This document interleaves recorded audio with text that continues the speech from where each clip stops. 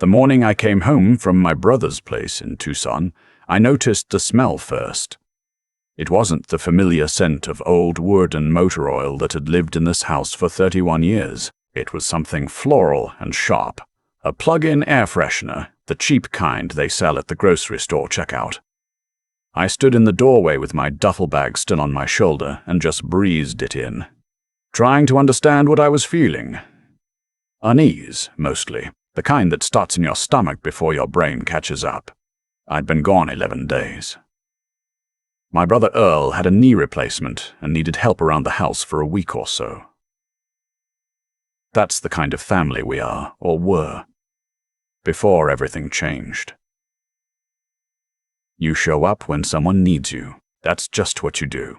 My son Preston had moved in with his wife Sabrina about 4 months before that. I want to be clear about something.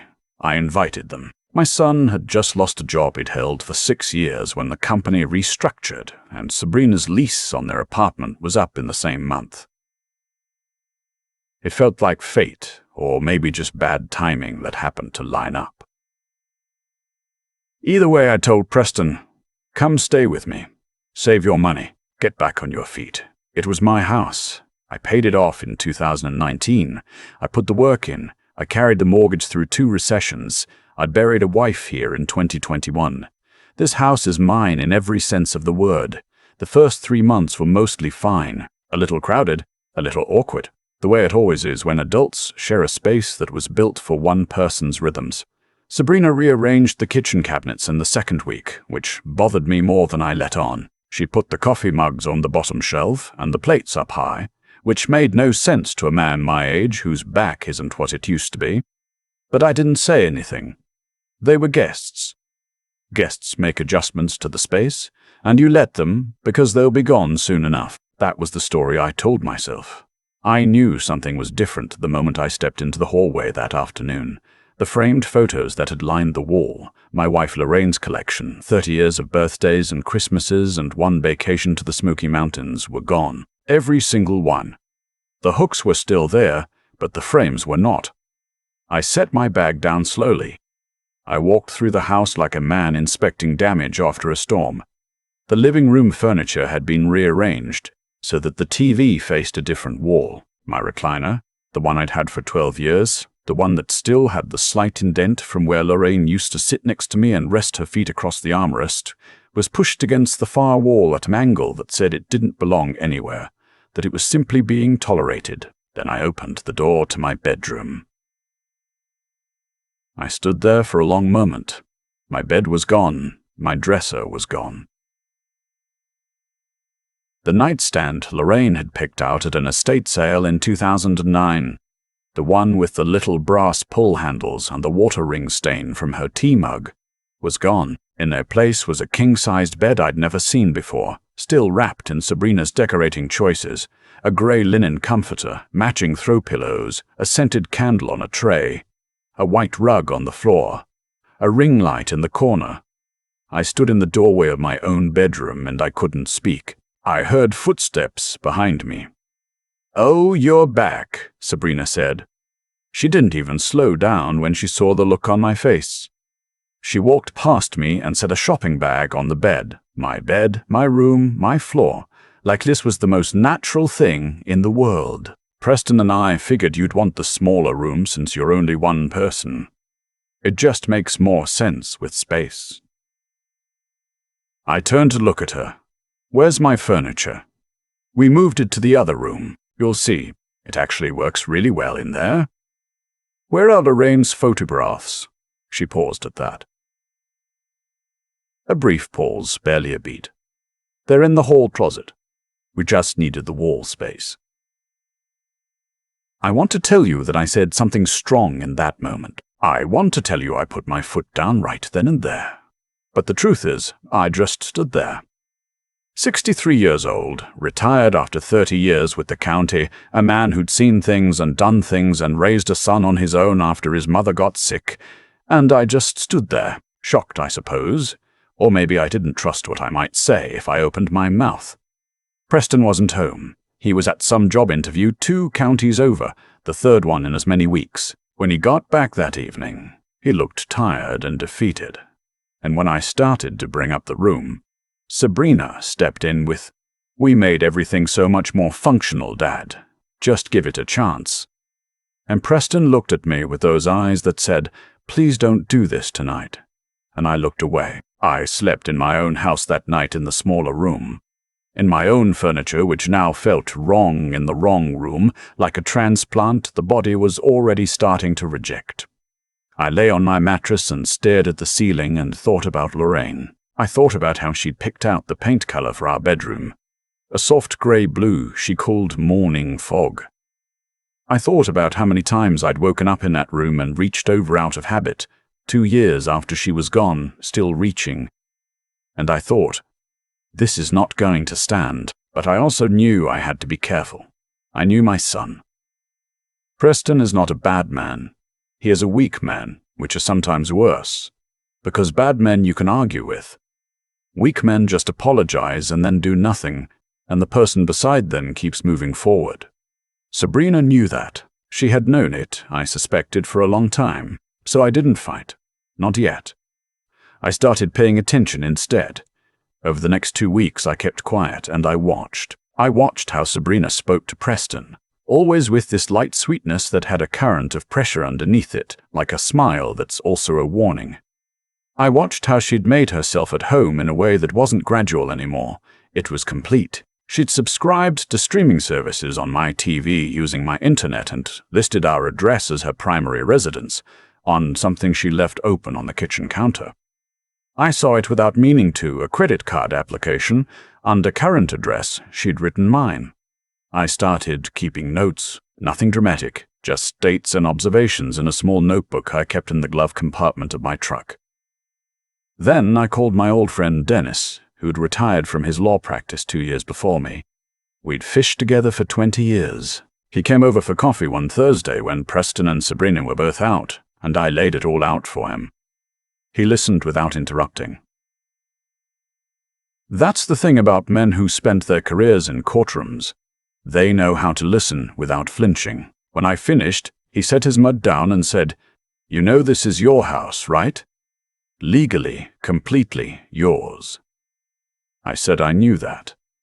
Then the question is whether you want to handle this quietly or loudly. I told him I'd prefer quietly, for Preston's sake. He nodded. Then here's what you do. Dennis wasn't practicing anymore, but he pointed me to a younger colleague, a real estate attorney named Faris, who specialized in property rights and tenant law. I met with Faris on a Friday. He explained something to me that I hadn't fully understood before because Preston and Sabrina had no lease, no written agreement, and had been given no legal tenancy documentation. They were guests in my home, not tenants, and as the sole property owner, I had the right to ask them to leave, with proper notice under state law. In Georgia, that notice period for a guest, not a tenant, can be as short as immediate, depending on the circumstances. But that wasn't the move I wanted to make. Not yet. I wanted Preston to choose. I sat my son down on a Saturday morning when Sabrina had gone to run errands, just the two of us at the kitchen table, which was one thing she hadn't managed to replace yet. I made coffee the way he liked it, with a little too much sugar, and I slid it across to him and I said, "I need to talk to you." He looked like he already knew. That was the first time I felt something other than anger. I felt something closer to grief. "I'm not asking you to leave," I said. "I'm asking you to be honest with me. Do you want to be here? Do you? Or is this what Sabrina wants?" He wrapped both hands around the mug. He didn't look at me for a moment. "She says it's more practical," he said finally. "The bigger room for the two of us. That's my room, son. That's where your mother and I slept for 26 years. He finally looked up. There was something in his face that I hadn't seen since he was a boy, something young and ashamed. "I know," he said quietly. "Do you understand that your wife put Lorraine's photographs in a closet without asking me, without even mentioning it?" He didn't answer. Which was an answer. I pushed the piece of paper across the table. It was a simple list Faris had helped me put together, not a legal document, not yet. Just a set of terms written plainly, like a conversation on paper. They could stay, under the following conditions. They would return my bedroom to its original use within 2 weeks. The photographs would be rehung where they had always been. All household decisions regarding my property would require my agreement, and they would contribute a reasonable amount toward utilities and groceries, something we'd never formalized, which I'd regretted, and Preston would sign his name to it. He read it slowly. "What happens if we don't?" he asked. I kept my voice even. "Then I file the paperwork Faris has already drawn up, and you have 30 days to find alternative housing." He looked up sharply. "You'd do that? You'd actually kick us out?" "I'd ask you to leave," I said. "There's a difference. I'm not kicking anyone. I'm asking you to respect the house you're living in." He sat there for a long time. I could hear the refrigerator hum. A truck went past on the road outside. The coffee cooled between his hands. "She's not going to like this," he said. "I know. She's going to say you're being controlling." "I own the house," I said simply. A man having expectations in his own house isn't control, it's just a man standing in his own house. Something shifted in Preston's face in that moment. I don't know how to explain it exactly. It was like watching something settle, the way a house settles in cold weather, like something clicking back into place. He signed the paper. I made a copy for each of us. When Sabrina came home that afternoon, Preston told her, I wasn't in the room for that conversation. I sat on the back porch and looked at the yard, at Lorraine's azalea bushes that came back every spring no matter what, at the old bird feeder I kept meaning to repaint, and I listened to the muffled sounds of a difficult conversation happening inside my house. It was not pleasant. I will not pretend it was pleasant. I heard raised voices, including my son's, which surprised me. I heard a door close hard. Then Sabrina appeared in the back doorway. She stood there with her arms crossed and looked at me with something I can only describe as recalibration, like she was seeing me differently and hadn't decided what to do with that yet. You went behind our backs, she said. I turned in my chair to face her. This is my home, Sabrina. There's no behind anyone's back in my own home. We had an understanding. You had an assumption, I said. That's different. She stared at me for a few seconds. Then she said, Preston should stand up to you. Preston loves me, I said, and I believe you do too in your way. But love doesn't give anyone the right to erase a woman's memory from the walls of her own house. She didn't have an answer for that. I didn't expect one. It took 10 days, not 2 weeks. On a Tuesday morning, 2 men from a furniture rental company came and retrieved the king bed. Sabrina didn't help them. Preston did, and he apologized to me while they were working, quietly, in the way men apologize when they've known for a while that they were wrong. My furniture came back to my room. I put the nightstand back in its place, on the left side of the bed, where it had always been, where Lorraine's tea mug had left its ring. The photographs went back on the wall. I rehung them myself, everyone. I took my time. I found one I'd forgotten we had, a candid shot from Thanksgiving years ago, Lorraine laughing at something off camera, her hand raised like she was about to make a point. I didn't even remember who took it. I hung it at eye level, right in the center of the wall. Things were different after that, tense for a while the way the air gets after a storm has passed, but before everything dries out. Sabrina was quieter, more careful. Preston seemed lighter, somehow, like he'd been carrying something and had put it down without realizing how heavy it had gotten. We worked out the contribution to utilities, $300 a month, which was fair and symbolic in equal measure. It wasn't about the money, and we all knew it. It was about acknowledgement, about the simple, necessary recognition that they were guests in someone else's home. They stayed for another 4 months before Preston found work again, a project manager position with a civil engineering firm outside of Atlanta that paid better than his old job.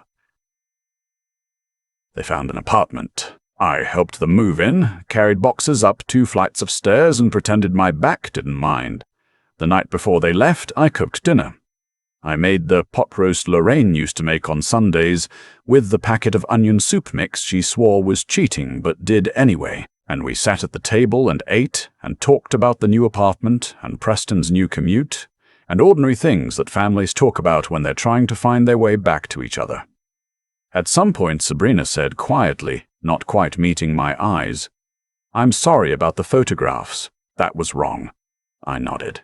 I didn't make a production of it. I just said, "I know you know that now." It wasn't a reconciliation scene from a movie. There was no tearful hug, no dramatic moment of grace. But it was real, which mattered more. After they drove away, I walked through the house alone. My house the way it's supposed to be. The coffee mugs where I can reach them, the recliner where I can see the window, the photographs on the wall in the hallway. I stopped in front of Lorraine's picture, the one with her laughing, hand raised, making some point that nobody remembers anymore. "I didn't kick anybody out," I told her. "I just stood in my own house." I could almost hear her laughing at that. She always said I had a talent for understatement. I went to bed in my own room, in the morning fog color she had chosen, with the nightstand with the brass handles and the ring stain from her tea, and I slept better than I had in months. There's a moment I keep coming back to. Not the one where I found my bedroom stripped and replaced. Not the one where Sabrina walked past me like she owned the floor she was standing on. The moment I keep returning to is quieter than all of that. It's Preston sitting at the kitchen table with both hands around a coffee mug, not quite able to look at me. That image tells the whole story if you know how to read it. I've thought a lot about how we get to those moments. Nobody arrives at that kitchen table by accident. Sabrina didn't wake up one morning and decide to be the person she'd become. She'd been practicing for years, and Preston had been letting her practice on him, and then eventually on me. That's the thing about allowing small disrespects to go unnamed. They don't stay small. They expand to fill whatever space you give them. The plug-in air freshener in my hallway, the coffee mugs moved to the wrong shelf, the photographs of Lorraine slipped into a closet. None of those were accidents. They were a test. And for a while, I didn't answer it. What I had to reckon with is that staying quiet isn't the same as being kind. I told myself I was being patient, being a good father, giving them room. But patience without a boundary isn't patience. It's just permission. And I'd been handing it out freely, one small concession at a time, until I came home from Tucson and found my life rearranged by someone who didn't have the right to touch it. The thing that saved me, if I'm being honest, wasn't anger. Anger would have made a mess of everything. What saved me was that I thought before I acted. I called Dennis. I met with Ferris. I wrote things down in a notebook I kept in my truck. I made a plan not because I wanted to punish anyone, but because I understood, finally, clearly, that the only person responsible for protecting what mattered in that house was me. Lorraine's photographs weren't going to put themselves back on the wall. That was my job. It had always been my job. And Preston. I don't blame my son the way it might be easy to. He's not a villain in this. He's a man who got comfortable letting someone else make decisions for him, and that comfort cost him something. It cost him his own sense of what was right. I saw it come back when he signed that paper. I saw it in the way he helped the furniture movers without being asked, the way he apologized quietly while they worked. That quiet return to himself, that was worth more to me than anything else that happened. I'm 63 years old. I spent 30 years working for the county, raised a son through some hard years, paid off a house I built a life inside of. I am not a man who asks for much, but I've learned, later than I should have, maybe, that the things worth keeping require you to stand up and say so. Not loudly, not cruelly, just clearly. A man standing in his own house saying, "This is mine and I know it, and I am not moving." Sabrina apologized over pot roast the night before they moved out. It wasn't a dramatic moment. It didn't need to be. What mattered is that she meant it, and I could tell she did. What matters more is that Preston found his way back to being someone I recognized. And what matters most, the thing I go to sleep thinking about, is that Lorraine's picture is back on the wall.